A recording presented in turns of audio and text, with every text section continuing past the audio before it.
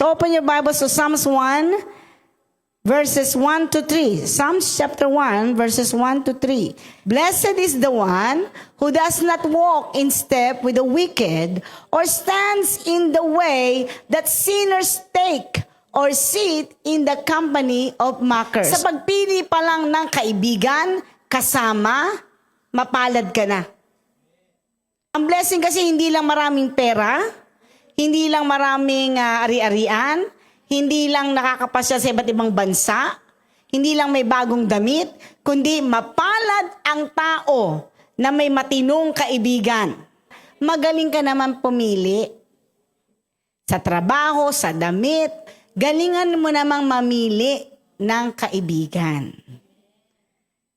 Or maybe not really friends, kundi kasama mo, pinakikinggan mo. Kasi meron namang iba, ayaw namang may kaibigan. Galit sa tao. Paano yun? Pero piliin mo yung iyong pinakikinggan.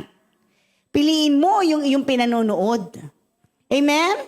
Huwag ka daw doon sa mga sinners o tinatawag na mas gusto niya ang kasalanan. Kasi lahat naman tayo sinners eh. Kahit pa paano, lahat tayo nagkakamali araw-araw. Totoo ba? Si Kristo lang ang ating kaayusan. Pero you know, meron tinatawag na makasalanan eh. Pipiliin ng Diyos o kasalanan, pipiliin ng kasalanan. Meron ganyan, tama? Pipiliin maging mabait o pipiliin maging salbahe, pipiliin maging salbahe. Pipiliin magpatawad o kaya ay magkimkim ng sama ng loob, hindi, mamamatay akong dala ko to. Bakit mo pipiliin yon? Hello? So you choose wisely. Kasi yung puso mo, ikaw din naman nagdadala niyan. Hindi naman iba. And then sabi ng verse 2, but whose delight, sabi, blessed are those whose delight is in the law of the Lord, and who meditates on His law day and night. Ulitin mo sa katay mo, 2026 na. Please lang. Buksan niyo naman ang Bible niyo. Sabi niya, yung kagalakan niya ay yung kanyang salita. Ang salita ng Diyos, ang kanyang kagalakan. Tapos sabi doon, what is the meaning of meditation? Meditation is yung paulit-ulit mo siyang iniisip. Inaalala. Kapareho yan ng worrying. Alam mo yung, sino na nag-alala na? Di ba pag-isip sa umaga, nag-aalala ka na?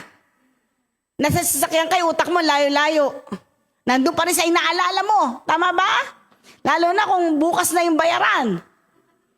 Isip ka ng isip. Yun ang worrying. Maghapon hanggang gabi. But meditation is ganun din yun. Iniisip mo rin siya mula umaga hanggang gabi. Pero sabi ng Diyos dito, meditate His word or His law day and night. Amen? Hindi lang po bukas ang Bible pag linggo. But you have to remember the word of God day and night. Why? It will protect you. I tell you, choosing the people, choosing what you need to hear and listen and watch, yung word of God po ang mag-guide sa'yo. Kasi kung ano yung sinabi dito, pag alam mo, hindi ka maliligaw. Sinasabi natin, Lord, gusto kitang marinig. Paano? Ito na, sinulat na nga eh.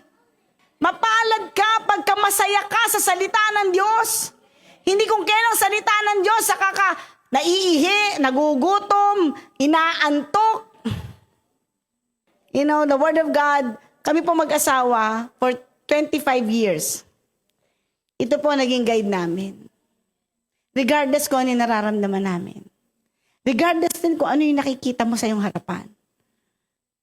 Pangit ba yan? Sakuna ba yan? Sakit ba yan? Problema ba yan? Ano bang sinabi ng Bible dyan? Then you stand in the Word of God, and the Word of God shall prevail. Heaven and earth shall pass away, but the Word of God shall remain forever. Nothing can defeat the Word of God. So I tell you, regardless kung sinabi ng kapitbahay mo, ng doktor, ng lawyer, you stand with the Word of God, you will have victory in your lives. Verse 3. Pag daw masaya ka sa salita ng Diyos, etong sabi, that person is like a tree planted by streams of water, which leads its fruits in season, and whose leaf does not wither. Whatever they do, prosper. Isipin mo, dahil lang binasa mong salita ng Diyos ngayong umaga, nalaman mo na pag ang salita ng Diyos ang iyong kagalakan, salita ng Diyos ang susundin mo, regardless kung anong payo ng iba. Regardless kung ano sabihin ng iba. Ano ba sinabi ng salita ng Diyos? Para confuse ka. Ano ba sinabi ng salita ng Diyos? Sobrang na ako nasasaktan. Ilang beses ko ba yan dapat patawarin? Then open the Bible. Ang sabi daw? 77. It means I have to forgive every day as the Lord forgives me. And that person that his life is planted in the Word of God, seated in the Word of God, you will prosper.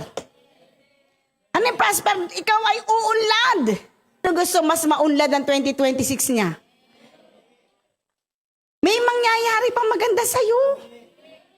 Pag itong Word of God sinunod mo, alam ko po may mga parte sa salita na Diyos sinusunod mo, may parte hindi. O kalabitin mo ng katabi mo, buuin mo na. Sino masaya? Praise God. May pagtatapos ng taon. Tama. Kasi bakit? Pag may pagkatatapos ng taon, may bagong taon. Napakabuti ng Diyos. Because we can always start. You begin with God. Say, Lord, change me. Sabi ng Romans chapter 12, verses 1 and 2, do not be conformed to the pattern of this world. Yan. But be transformed. Sino gusto may pagbabago pa? Huwag mong hayaan tumanda ka na. Yung buong buhay. Yung beauty of life. Where you are happy every day. Where you have peace every day. Why? Because you trust God that He will not leave you. Be transformed by the renewing of your mind. Alam mo kailan magbago? Hindi yung asawa mo. Lord, magaganda ang buhay ko pa nagbago asawa ko. Lord, gaganda ang buhay ko pa nagbago si pastora, si pastor. Pa nagbago si sister. Pa nagbago ang isip mo. Ulitin mo sa akin, pa nagbago ang isip mo. Hindi pa nagbago ang trabaho ko. Siguro yayaman ako kahit na. Sumeldo ka pa ng malaki. Kung hindi magbabago ang isip mo, pareho lang yun. Sabi nito, makapagbabago sa'yo, being transformed by the renewing of your mind. Then, if your mind, you said, Lord, renew my mind. Di ba, nagmamahal sa atin ang Diyos? He has a perfect plan for you. He has a pleasing and good plan for you. You will know it when your mind is renewed. If you renew your mind, you will prosper. Everything you do, prosper. Everything you touch, multiply. 2026, change your mind.